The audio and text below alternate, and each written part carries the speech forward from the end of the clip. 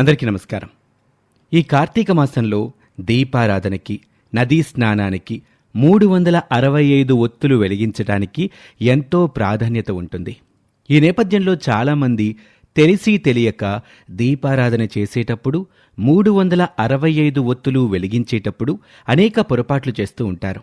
ఇలా తెలిసి తెలియక చేసే పొరపాట్లు మనకి పుణ్య ఫలితాన్ని ఇవ్వకపోగా మహాపాపాన్ని తెచ్చిపెట్టే ప్రమాదం ఉంది. కాబట్టి దీపారాధన చేసేటప్పుడు 365 ఒత్తులు వెలిగించేటప్పుడు ఎలాంటి పొరపాట్లు చేయకూడదో, ఎలాంటి జాగ్రత్తలు పాటించాలో, 365 ఒత్తులు ఏ విధంగా వెలిగిస్తే మీకు పుణ్యం కలుగుతుందో, మీరు కోరుకున్నటువంటి కోరికలు తొందరగా నెరవేరుతాయో ఈ వీడియోలో మీ అందరికీ తెలియచేయటం జరుగుతుంది.